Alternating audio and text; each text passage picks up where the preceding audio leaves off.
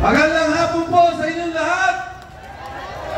Maraming salamat, Dax at Arnel, sa inyong pagpapakilala. Bago po ako magsalita, nais ko lang pong kilalanin ang ating kasama, anak ng ating magiting na senador. Isa rin po sa pinakamagaling na kongresista sa mababang kapulungan, Congressman Pau Marcoleta.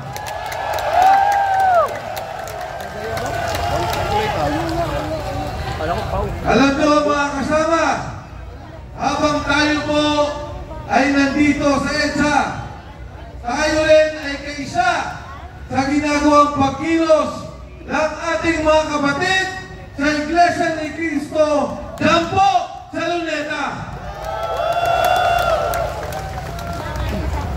Sabi po ni Congressman Marcoleta, Mike, magsalita ka na, ikwento mo ang mga pangyayari na kinabibilangan kung bakit po tayo nandito lahat ngayong hapon. Alam niyo mga kasama, ayoko po talagang makialam sa politika. Ang katotohanan, noong pong nakaraang halalan, ako po ay inimbitahan na makasama.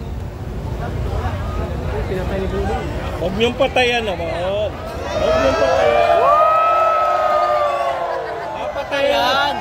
Sobra naman, sobra. Halata naman, halata. Halata naman. Huwag niyo ipahalata. Ang daming mic. Nasaan na yung mga mic? Ibalik. Defensor! Defensor! Defensor! Defensor! Bakit walang mic? Ang daming mikropono. Hiraman niyo yun, oh. Hoy, ibigay niyo yung dalawang bading. Ibigay niyo yung mic niyo. Yung mga MC. Serbato! Ipahiram niyo yung mga MC. Bakit ayaw niyo ipahiram yung mic niyo? Ibigay! Wala pa tayong system. Kasi nawala yung signal. Asa na? Ibigay kay Mike ang para kay Mike! BBM resign! BBM resign! BBM resign! BBM resign! BBM resign! Pinagpatayan po ng mic si Mike Defensor. Ayan po. Nakakalungkot. Ayan na!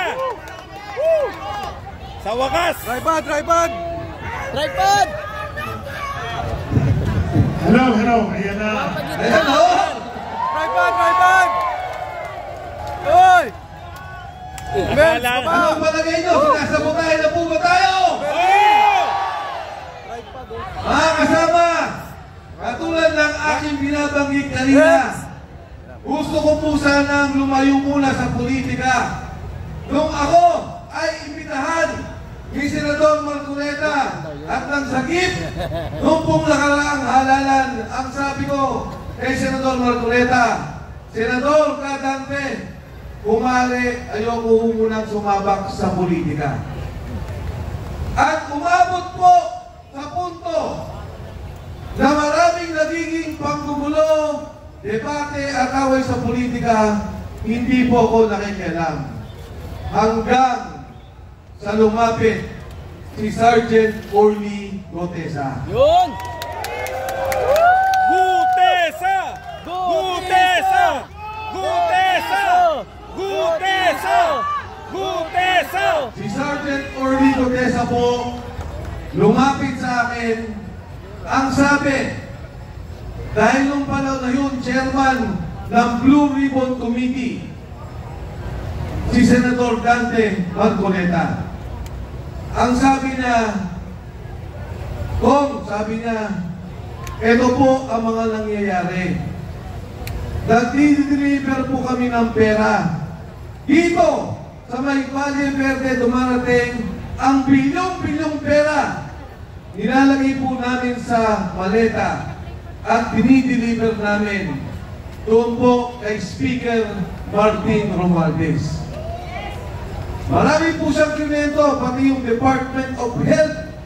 Pinapakialaman ang pondo, ang mga kontrata, ang mga gamot, ang tulong sa mahihirap. Meron pang kinento si Sergeant Gutesa, sabi niya, Sir, ang dami po naming pera, pinamimigay sa media. Hoy! Kumusta bayaran media? Bayaran media! Tama yan mga bayaran! Bayaran media! Tama nyo! Bayaran media! Sergeant Gutesa, mas maganda na ikwento mo yan kay Senador Marcoleta. Mas magandang siya ang makadinig dahil siya naman ang taga-pamahala, ang pinuno ng Blue Ribbon Committee. Kaya po nakita kami. Sabi ko kay Senador Marcoleta, Kadante, pakinggan mo lang. Sabi niya, Mike, totoo ba yan? Yan bang taong yan kilala mo? Sabi ko, pakinggan mo. Tingin mo kung ano sasabihin na at magugulat ka. Nakita po kami, ikwento ni Sergeant Gutesa kung ano yung ginagawa nila na bigayan ng pera. Ang katunayan mo, ngayon ko lang nalaman na yung isang maleta pala kaya maglaman ng 48 million pesos. May katabi pala tayong At yung pala po media. 1 milyong piso, ang kalagahang bigat ay 1 kilo. Huwag na muna kayo maingay. Hindi na po sila Nakikinig kami. nagbibilangan ng pera. Kinikilo ang pera para malaman kung magkano. Kilo-kilo! Puta! Kilo-kilo! Magugulat kayo ng kwento niya. Di siyempre, isang delivery, 2.5 billion pesos ang pinilitin. Inaakyat sa bahay ni Saldico, wala po balibente. May bahay si Saldico. Doon po kinikilo pera, binibilang, ilalagay sa maleta. Dadalhin sa bahay ni Saldico, yan po sa Shangri-La Horizon sa BGC. Inaakyat lahat ng maleta at pinababa muli. Hindi ko po maintindihan, tinanong ko, Sarge, bakit inaakyat pa yung maleta ang bibigat? Pagkatapos ibababa muli. Sabi niya, Sir, hindi ko rin po alam. Pero ganun po ang aming ginagawa. Ngayon ko lang napagtuntun na yung palang mga maleta, kinukunan ng litrato para malaman ang delivery kay Speaker Martin Romualdez. Yun!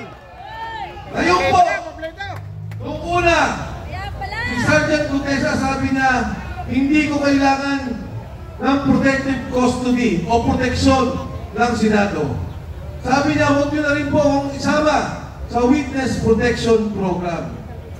Kasama siya sa mga kasama niyang Marines. Noong una, hindi po kami nakapag-usap ng direkta. May nagsasabi lang po kung ano ang kanyang mensahe. Ngayon, ang huling mensahe nung nakaraang 2 linggo, hindi na po siya pinoproteksyonan. Siya po ay kinukulong na, illegally detained ng kanyang mga kasama ng MC2 ng Philippine Marines. Palayay si Gutesa! Ilabas nyo! Alam niyo po, ang kinakaawa ko, naintindihan ko, si Sergeant Gutesa, napapirman po nila ng affidavit. Umatras na, iniba na ang kwento. Ang sabi niya, si Defensor at si Marcoleta ay babayaran daw siya sa kanyang sasabihin. Binidyo si Sergeant Gutesa, pero hindi po ako galit. Kahit na baguhin niya kwento, naiintindihan ko. Dahil pag ang pamilya mo, ang asawa mo, ang mga anak mo, ang tinakot, naiintindihan ko, Sergeant Gutesa, huwag kang mag-alala, naiintindihan ka ng sambayan ng Pilipino. Ang aking apila sa mga nagkukulong sa kanya, pakawalan niyo naman po yung tao. Total naman, napapirma niyo na. Nagbago na ng salita. Total naman, na-video niya na sinasabi nila Kaiba na ang kanyang salita na hindi na siya nag-deliver kay Martin Romualdez. Pakawalan niyo na po yung tao. Dahil yung tao, hindi na kinabang kahit sino sa kawalang-yaan, sa korupsyon na nakikita natin sa gobyerno. Tama! Yung kay Sergeant Gutesa, konsensya, nalulunod yung kanyang kamag-anakan. Yung mga kasama niyang sundalo, nalulot yung pamilya sa Bicol, binabaha, nawala ng negosyo, nawala ng pagkabuhayan. Pero ni Cinco, hindi ang kumita.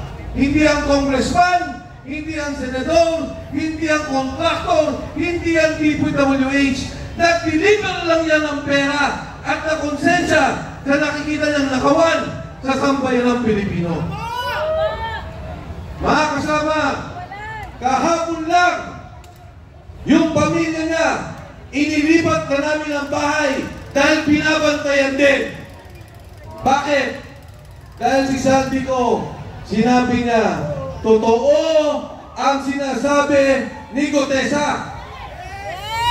Ang akin pong kinagulat, ang akin pong kinamangha. Dati ang sinasabi ko, imbestigahan ninyo si Saldico. Dati ang sinasabi ko, imbestigahan ninyo si Speaker Martin Romualdez. Ngayon kulang narinig yung sinabi ni Saldico na ang pera, dinadala nila ang mali-malitang pera kay President Bongbong BBM Marcos. Ang sabi ni Pangulong Marcos, maya naman kayo. Ang sabi niya, ikulong ang nagnakaw.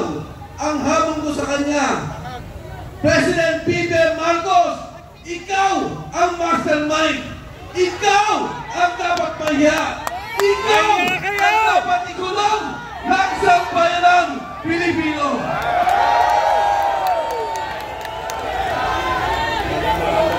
Kulong na yan. Kulong na yan. Ang sabi po nila, Saldico, umuwi ka, harapin mo ang kaso. Ngayon, ang sabi nila, may kaso na si Saldico. Nung araw, ang sabi nila, wala silang kaso kay Saldico. Nung sila na ang tinuro, Speaker Martin Romualdez, President Bongbong Marcos, biglang nagkakaso, biglang papauin dito. Para ano? Patahimikin? Para ano? Pabalik na rin? Para ano? Patayin at mawala na ang tunay na mastermind, ang tunay na nagbebenepisyo sa korupsyon, pondo ng sambayan ng Pilipino. Yan pong pondong yan, pera nyo, binabayaran natin lahat yan. Buwis yan ng taong bayan. Tapos ganyan lang ang mangyari. Paano ang edukasyon? Yung PhilHealth, kinunan na yung pondo. Paano ang mga hospital? Hirap na ang mga Pilipino. Pero ngayon narinig natin, bilyon-bilyon ang nawawalang pondo. Ngayon no, yung mag-asawang Paul Estrada, eto yung assistant ni Saldico. Anong ginawa nila? Ibinyahe, papalabas. Yung Paul Estrada na konsensya. Yung kanyang asawa po, tumawag at sinabing gusto na nilang umuwi. Ano pong ginawa? Binugbog! Pagkatapos, inilipad sa Chile. Pero may maganda po akong balita sa inyo. Yung pong mag-asawang yan, hawak na natin. Yari kayo! Kulong na yan. Si Paul Estrada po, kailangan natin protektuhan. Dahil siya mismo, sabi ni Saldico, ang nagdi-deliver kay Martin Romualdez at President Bongbong Marcos. Yes! Mga kasama, yung ating pong pagkakaisa ngayong hapon, nung una, ayokong manawagan na mag-resign si Bongbong Marcos. Ayoko pong manawagan doon sa saraping sinasabi nila na magnanakaw at dapat ikulong si Bongbong Marcos. Pero dito sa akin nakikita, yung pagsalita ni Saldico, wala na pong kaduda-duda.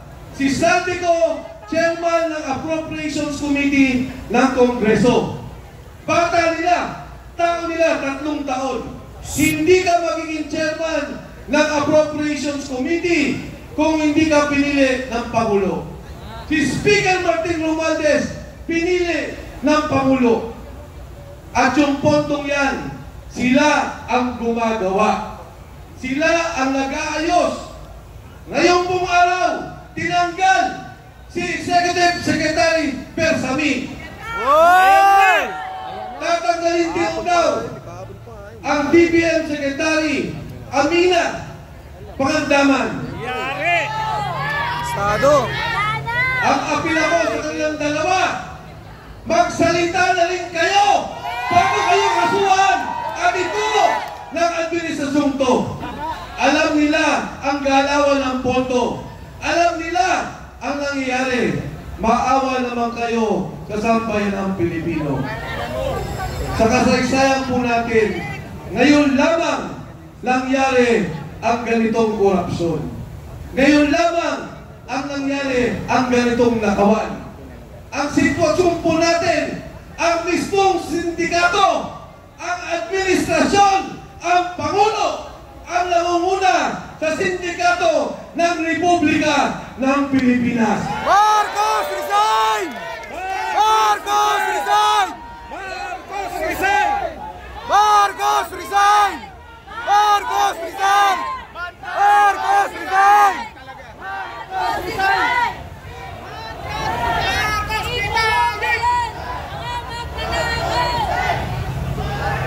Mga kasama, eto hong 3 araw natin, kailangan may mangyari. Itong ating pagkakaisa, kailangan marisolba ang problema ng ating bansa. Itong 3 araw na to, kailangan mabuwag ang sindikato ng rebeldo ng administrasyon ni Bongbong Marcos. Balik pa kayo! Naniniwala pa kayo na dapat mag-resign si BBM? Hindi ko kayo narinig! I-kulong na yan!